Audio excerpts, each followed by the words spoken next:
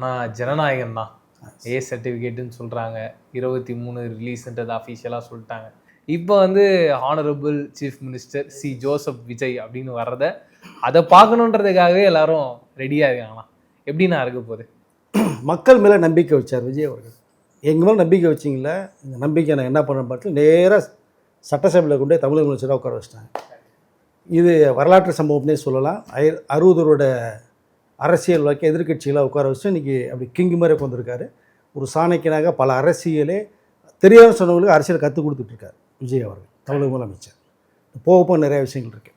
இப்போது இந்த கோலாகலமாக கொண்டாடுறதுக்கு வந்து ரசிகர்கள் வந்து மிக ஆரவாரத்தோடு இருக்காங்க. இப்போல்லாம் சாப்பிட்ற தூங்கலை. 23ஆம் தேதி எப்போ வருதுனால ஒரு வாரம் தான் இருக்குது, பொறுத்து 6 மாதம் பொறுத்தீங்க, 23 ஒரு வாரம் பொறுக்க மாட்டிங்களா? ஸோ அந்த செலிப்ரேஷனு கொண்டாடுறாங்க.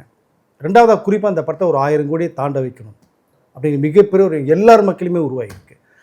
இதில் குறிப்பாக ரசிகர்கள் வர்றது ஒரு பக்கம், மக்கள் வர்றது ஒரு பக்கம்.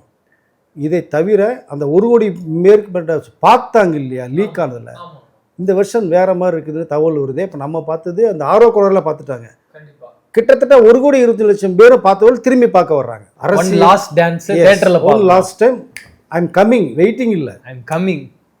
ரெண்டாவது 1,72,00,000 பேர் வாக்குகள் போட்டிருக்காங்க. 35% அரசியலில்.